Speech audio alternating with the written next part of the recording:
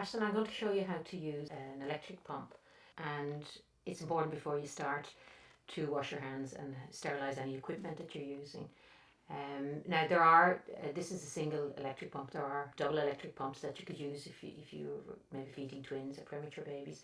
You can express off both breasts at the same time. It just speeds up the process. But generally speaking, people tend to use the single pump. If you just want to pop this on now, I'll show you how it actually works.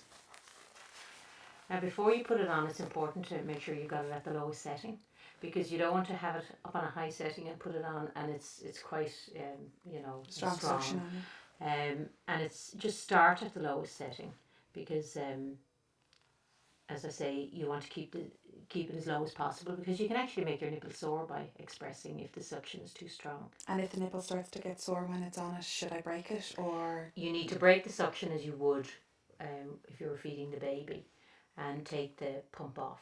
And you just leave it if it's hurting at the time, because there's no point in overdoing it, because the nipples, you don't want to compromise them for a feed. Now when you place the funnel on, make sure that the nipple is central, that it's not offside, that you've got it centrally in the funnel, and just hold it gently onto the breast. Now don't push it into the breast, because if you do that you can actually press against the milk ducts and stop the flow of milk. So you shouldn't have a mark basically coming off. Exactly. So that's how you start. And then when you've finished, when the milk has flowed and it's actually stopped flowing, then you just take the pump off.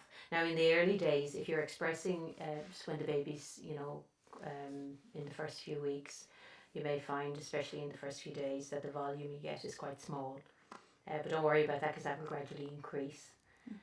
Also, the baby would get more milk than what you'd actually express, because the baby is much more efficient at emptying the breast than the pump would be. So just because I only express 2 ounces, that doesn't mean when my baby goes on that they're only getting 2 ounces?